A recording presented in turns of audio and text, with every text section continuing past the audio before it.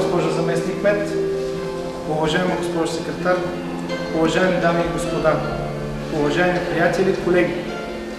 Искам да ви приветствам с добър ден и добре дошли на прекрасната експозиция на харманлийския творец Добри Павлов, подредена тук в художествената галерия на Културния център, която е част от програмата по повод празника на Харманли 2 май, организирана с любезно съдействие на община Харманли. Добри Павлов е роден в град Свищов. Юношеските му години преминават в село Бисер, а средно си образование завършва в град Хасково. През далечната 1988 година за първи път показва свои творби в обща художествена изложба на харманлийски художници.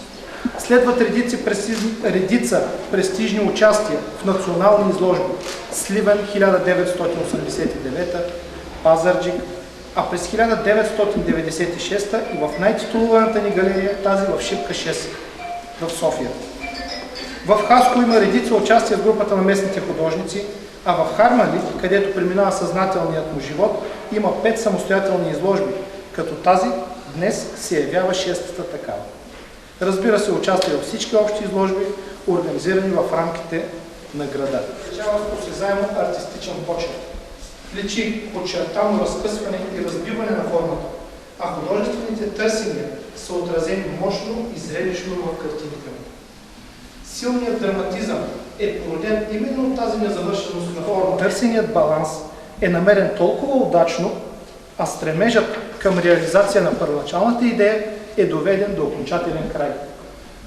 Сега сигурно се изразих малко сложно, но да дам един по-прост пример. Представете си една картина на Ван Гог.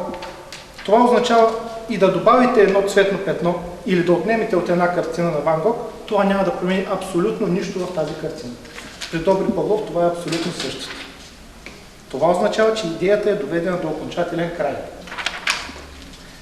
За всичко това, за всички тези картини стои неспокойство и буден талант, който властва на зрителя с нова сила и енергия. Онази енергия, която ни дава живителната сила да вървим напред и да се развиваме като индивиди и да бъдем това, което сме. Автори като Добри Павлов са безценни пазители на художествените ценности и културни традиции в малки градове като Харманли. И когато има хора като него, ние можем да сме спокойни, че нещата ще продължават да се случват и да се развиват в правилната посока. Вярвам, че създаденото от човека до мен говори само по себе си и след толкова думи е време да дам думата на Добри, но той, понеже е малко така притеснителен, се разбрахме, че няма да говори.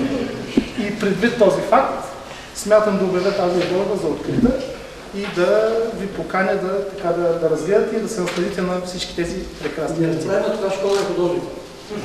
От Бисерската, разбира се. От Бисерската школа.